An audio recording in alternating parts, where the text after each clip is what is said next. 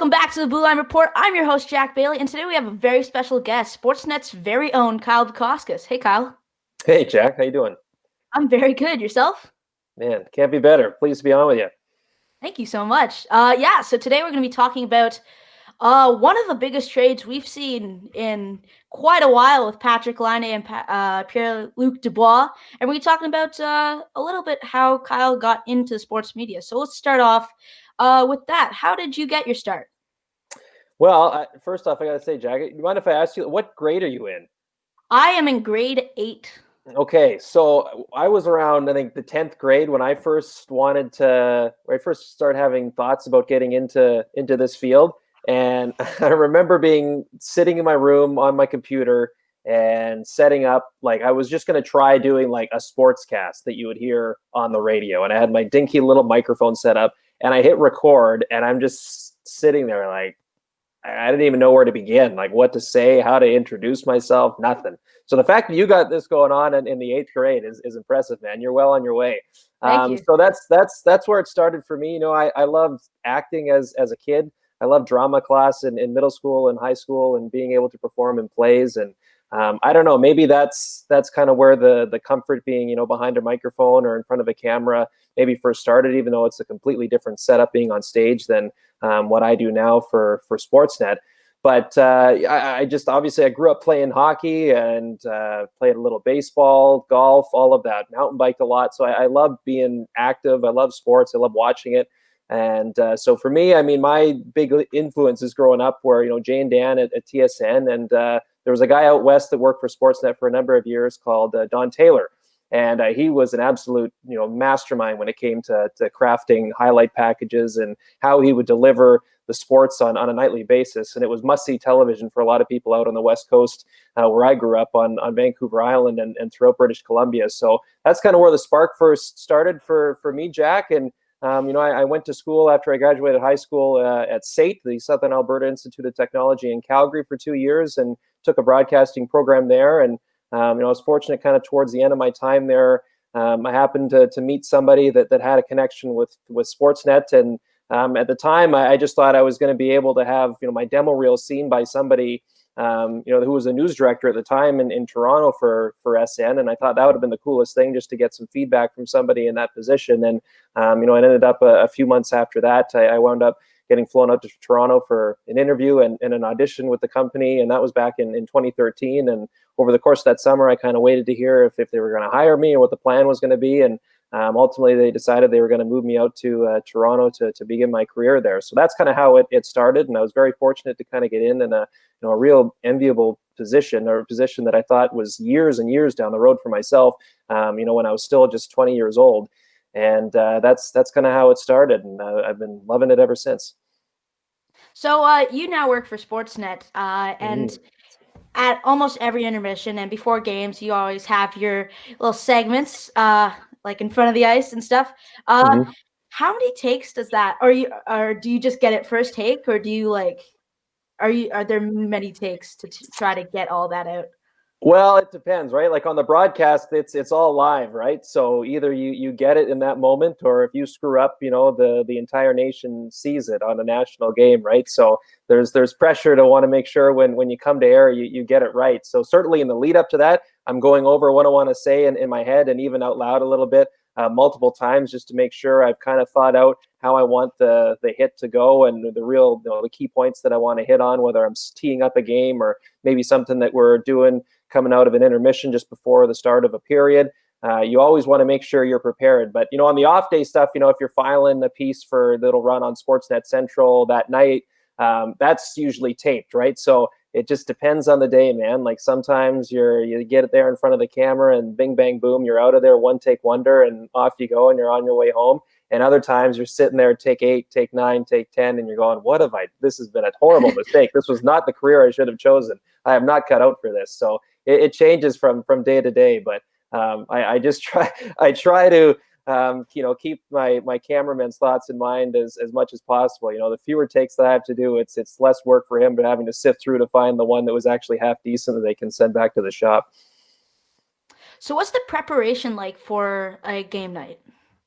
Well, it's changed now. Like in this COVID world, Jack, it used to be, all week you would be preparing, watching games during the week of the two teams you would be covering on a Saturday night, and you'd be reading, and I still do, you'll read the press clippings religiously just to make sure you have a sense of what's going on, and just different digging over the internet and wherever you can, just to find out maybe little tidbits and information about players or the team that may be worth talking about during the show that night. And then, back before all of this happened and the world changed, you'd be able to go down into the locker room and talk to players and to get a sense of, any questions that you had, or if you're curious about something and maybe you want a little more information on something that they're going through or anything like that.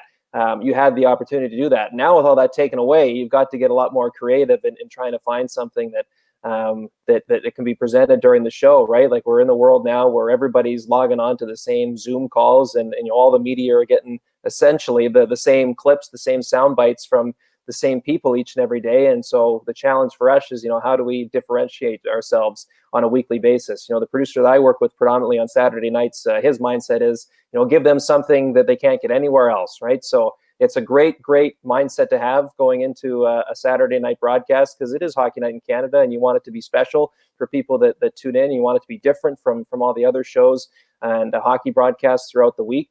And so it's just been a great exercise in finding ways to be different. So you go out, for me now, I've really leaned on other people that, may not be the players themselves that are directly involved in the game, because you don't get as much access to them as you once did, but, people that are closely tied to them, whether it's agents or maybe it's, strength coaches that spend hours upon hours with them in the off season, that, have a little bit of information that they can relay to you that you can, use for storytelling throughout the game.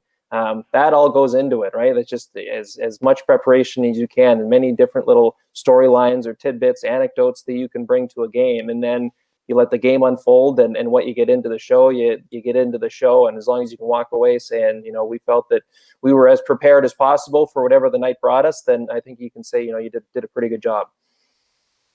So is there one moment, like interview or press conference or any interaction with like a coach or player, any person working for an organization that really stands out to you?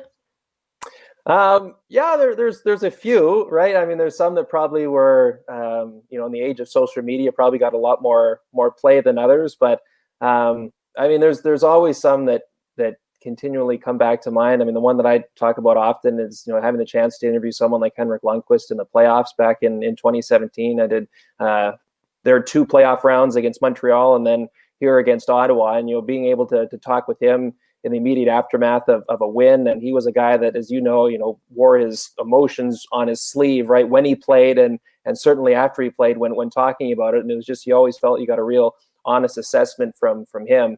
I did a sit-down interview a couple years ago in Montreal with Tyler Seguin of the Dallas Stars, and I can't remember where they had played the night before, whether it was Boston or somewhere here along the Eastern corridor.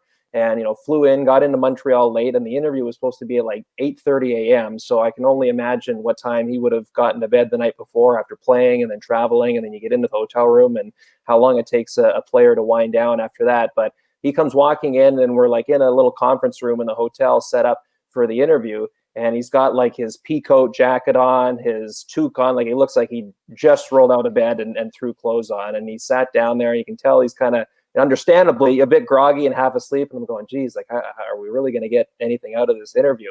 And I kind of looked at him when, our cameras were ready to roll and said, are you ready? And he kind of like, grumbled, yeah, all right. And then we started, and it was some of the most engaging 10, 12 minutes of conversation that I've had. It was really, really good. He got so into it, and was just so honest and as I said, engaging. It just completely caught me by surprise, given the lead up to when we actually started chatting on the record. So that one I always come back to too. It just is a pleasant surprise and an interview that I really enjoyed. So I think I've wondered, and I think a lot of people at home have wondered, how long does it take to prepare the masterpiece, the hair, for a Yeah, broadcast?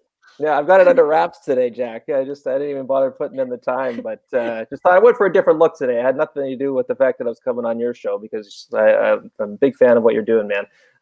But you know what? I've learned to take fewer steps out of it. I've managed to try to simplify the process a little bit more. But before I used to have it a little bit longer on top, so there's a little more to deal with.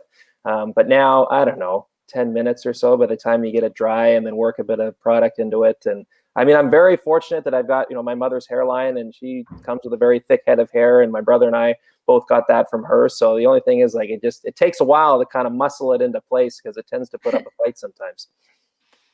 So this week, one of the biggest trades happened between the Columbus Blue Jackets and the Winnipeg Jets. Probably the biggest trade since maybe the Subban Weber trade a few years ago.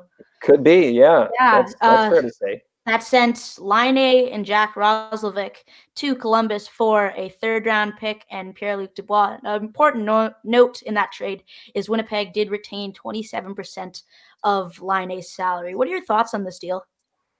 It just seemed like you had two superstar players that both wanted out of the situations that they were in, right? And usually in that case, it's been talked about a lot, when you've got a player in that situation that is a star player, and the just entering for those two players, the prime years of their careers, it's really, really difficult to get fair value coming back the other way. I mean, here in Ottawa, when you think about when that Erik Karlsson trade was made, and they just got a bunch of futures in return, right? Some prospects, couple of depth middle six. You got Dylan DeMello came back in defense. Chris Tierney, who was a nice kind of reliable bottom six or top nine type forward for you, and then you get the first round pick. You get Josh Norris. It's just a bunch of pieces that you're not really sure how it's all going to amount to anything. In a lot of cases, you end up, the return that you get is really not truly up to value to the superstar player that you gave up. Now, in Ottawa's case, I think looking back now, the draft pick that became Tim Stützle and the way Josh Norris is developing, maybe they're going to feel all right about the trade in hindsight here over the next few years.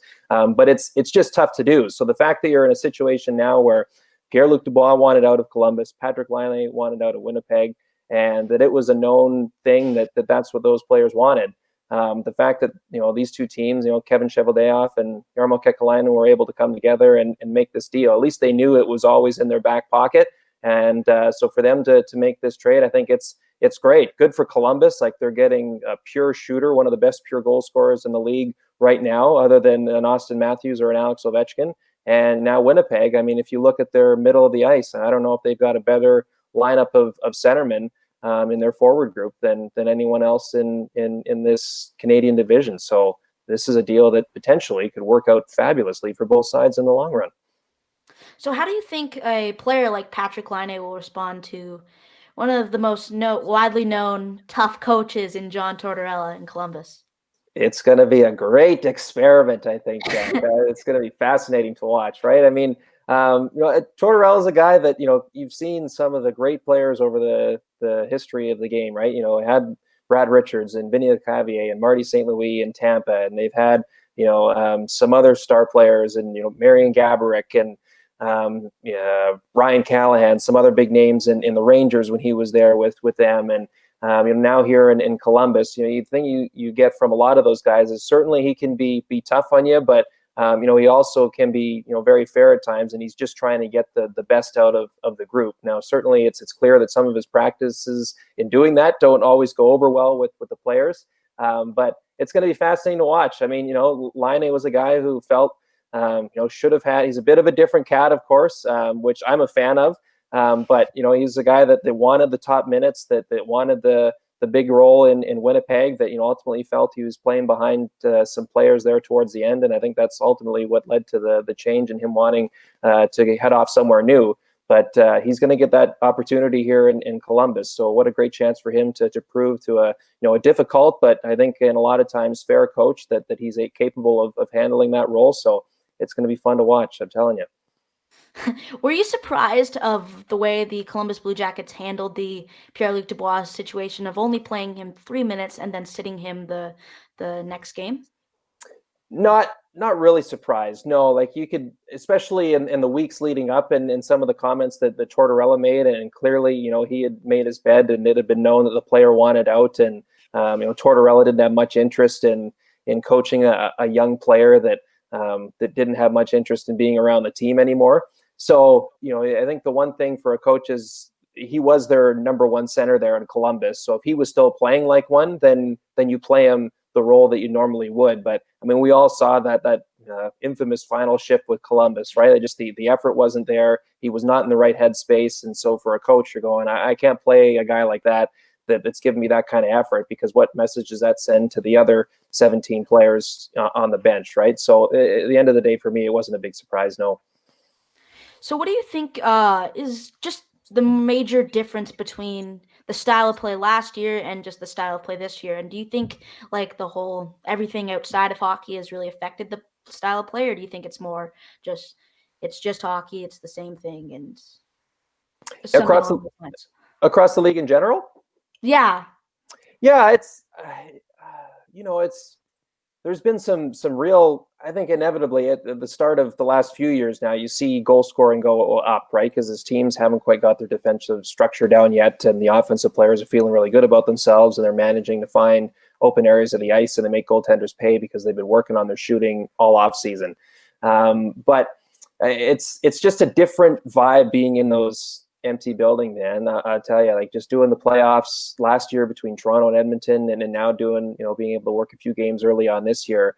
It's no doubt different with not having 18,000, 20,000 fans in the building, and feeding into that energy and the buildup of an NHL game. So no question, I wouldn't be surprised if the players feel that a little bit. Like I still think they're playing hard. Like there's good intense games that we've seen so far this year. I don't know if I've noticed a stark change from the game style a little bit yet, just from last season up until the pause compared to the first couple of weeks here in January. But just the overall feeling is just different, of course, because of the world that we're in, and there's no fans, and you've got coaches on the benches that all got masks on. It's just a completely different setup than what we're accustomed to.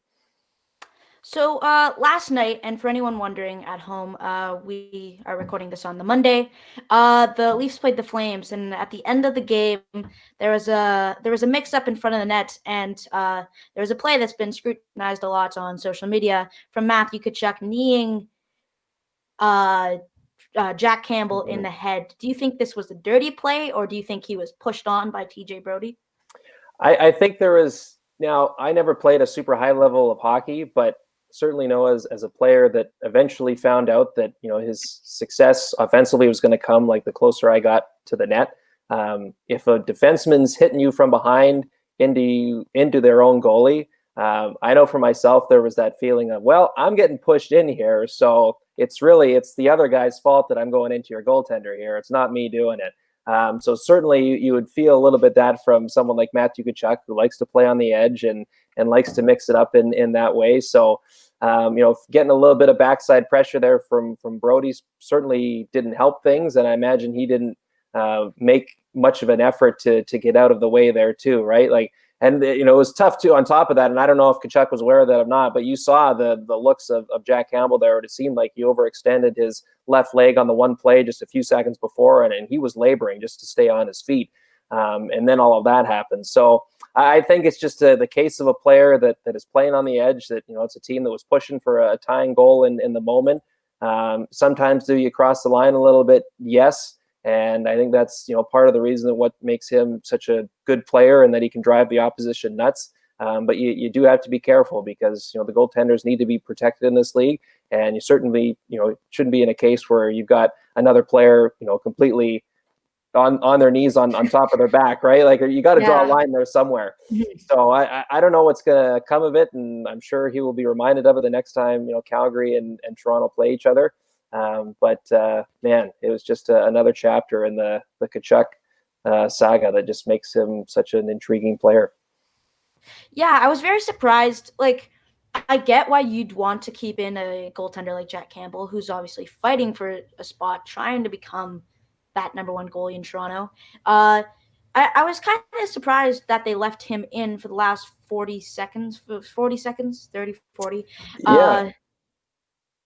Why do you think Sheldon Keefe would keep him in and not bring in a Frederick Anderson to come in and just save and lock down those last 40 seconds? Well, it would be a delicate line to watch, right? But I would imagine, because right after that, I think Calgary called the timeout, so Jack Campbell went to the bench, and surely the question would be asked, like, how are you feeling? Can you stay in? And no question, his answer would have been, yes, I'm fine. I can finish this out, right? And sturdy as Freddie looked his last time out, he'd also just been sitting there cold the entire game. So it would be a tough spot for him to go in with 38 seconds left. Certainly, sometimes you have to if a goaltender's hurt, but I think, Jack Campbell thought that he could fight through it, and he did, right? I mean, it wasn't pretty at times as he was trying to keep himself upright, but I think, further to that, I mean, what a message that sends throughout the rest of your locker room that you've got a goalie there that is clearly banged up, is not feeling great, but is willing to hang in there and battle for you and finish the job. So I think that only would have made the victory just a little more sweeter, both for Campbell and the rest of the Maple Leafs there after,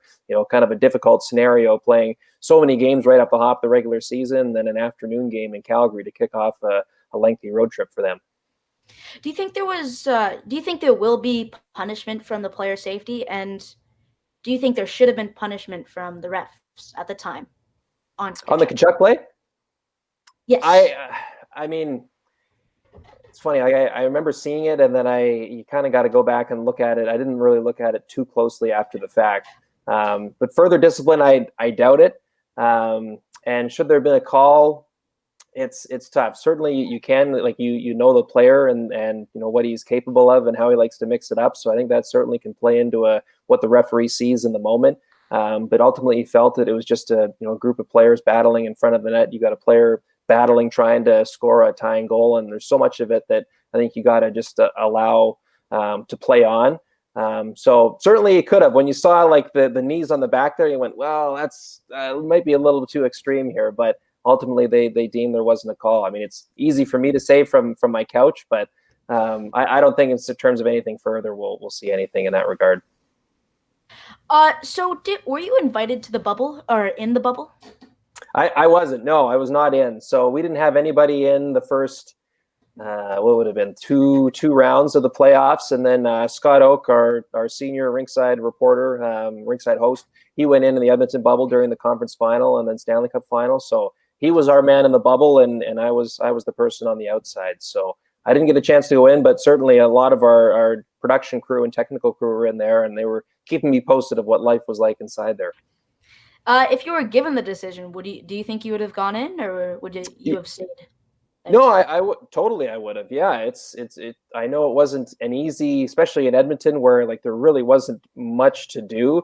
If you know the city at all, there, like the distance between the hotel where they were staying and the arena is like across the street, and they had a little courtyard to kind of hang out in. But other than the occasional day trip out to Commonwealth Stadium to throw a football around, or maybe a few guys got out to go play golf, those that like to do that, there wasn't much to do. So there would have been a challenge certainly in trying to keep yourself sane in that regard. But I mean, hopefully that was a once in a lifetime thing that we're going to see, and I would have happily done it. Right? It was clearly a safe environment in there with the daily testing, not one positive test. So to be in there, I would have had no issue.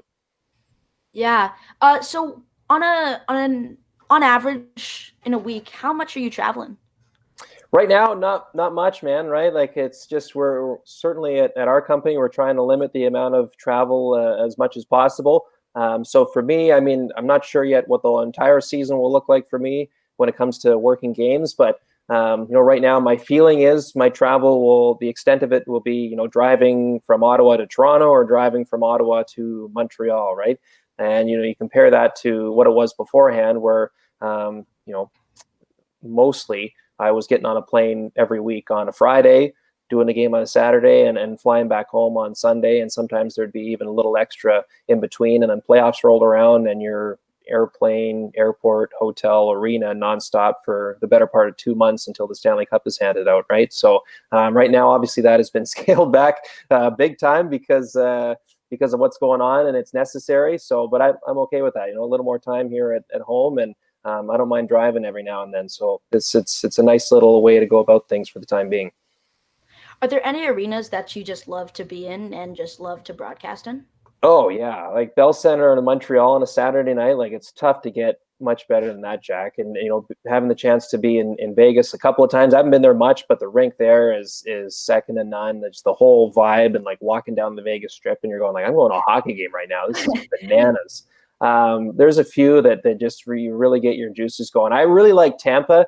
I just like the whole game day presentation of it. I find is really cool, and just there's a whole scene out front of the arena because I mean, geez, you're in Florida, like it's always nice down there. The sun's out, people walking around in shorts, and then they go in and watch a hockey game. Like I love the whole setup down there too, and yeah, I think those are the three that come to mind for me. But I've been fortunate to been to most of the rinks around the league here now, and yeah, those ones are just they're top notch. How hard is the transition from being a super mega fan of hockey to being cool, calm, and just asking the questions and being in an interview and just being even keel? That's a good question. It kind of just happened naturally. Like you kind of get into a role where you're a reporter, and I guess it helped for me too. Like I grew up out west, and Paul Kariya was my favorite player when I was a young kid. So I loved the Mighty Ducks when he was there, and then later on through family, I became a Flames fan. But then I moved out here to Toronto, and then Ottawa, and then Montreal. Like I would have watched these teams a lot growing up on Hockey Night in Canada, but I never considered myself a big fan of them. So it's not like it was like difficult trying to take that part of your childhood out of you when you're trying to work games, right? And over time, you understand that for myself, I'm still a big fan of the game. Like I love reacting to stuff that I see over the course of a game. You're a fan of certain players, like guys you get to know a little bit, and you get the sense that they're good people, and you want them to do well. But I've never found it a challenge where you've got to like hold yourself back from wanting to cheer about anything, right? So I think it comes with the territory and working in this business, and understand that you're not there to be a fan, you're there to be an objective reporter or a host or whatever you're in, and you're just there to tell stories. So in that regard, it was a pretty easy transition for me. So the NHL announced that they'll be having 2 Winter Classic games on Lake Tahoe, if I'm not mistaken. Do you Mm-hmm. like the idea of having a Winter Classic on like a lake? Yeah, it's great. I think it's on the 18th green of one of the golf courses, right? So just off from the lake. But I think it's great because especially in a time now where I mean you can't fill a stadium with 40, 50,000 people. So why not take it somewhere completely different and create a television experience that the viewers at home will have never seen before, and for the players and teams taking part, it's an experience that they will have never gone through before. So I like the idea, and it's taking advantage, I think, of the situation that you have, and understanding that how can we make this product special despite the circumstances. And obviously with the travel restrictions, I don't think anyone from Sportsnet is going to be down there in person, but it'll be really neat to watch on TV. I'm looking forward to it. Early in the fall, the NHL announced 31 reverse retro jerseys for each team. Are there any ones that stood out to you? Yes. So again, my fandom as a kid certainly coming back into the equation. Like those Wild Wing reverse retro Anaheim Duck jerseys, I am a big fan of. I got one of a few years ago. I found a Paul Kariya version of that jersey, like of the original Wild Wing third that they had during the 95-96 year, which was also the season that Kariya scored 50. I found one of those. It wasn't like the authentic game worn jersey because that would have been worth, I don't know, whatever my next house will be.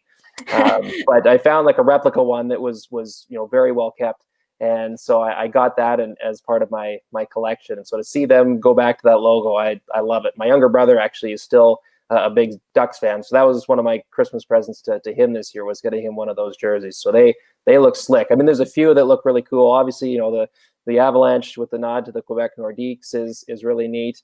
I like the Montreal ones much more than I thought I would, with the blue and the red and white trim. The Flames Yeah. and the Blasty logo, bringing that back. Like it's funny when those first came out, like right around the turn of the century. The people hated them. They thought they were terrible jerseys, and now you bring it back now, and everyone can't get enough of it. So it's funny how Yeah. time changes things. But there's a few beauties for sure, along with a couple of misses. Yeah, no, I was definitely surprised how well the Canadians one work. You never Mhm. it's always just been that red with the blue striping jersey, and Right, I think and they you did don't it touch so it. well. Yeah, I'm with you. So is there any games, like remarkable moments that you've been a part of, like at a game that you've been able to see live? So for me, probably the best sports moment I've been able to see live was in Ottawa. Toronto played Ottawa 2016. Austin Matthews had his 4-goal game. Is there any ones like that Wow. stand out to you?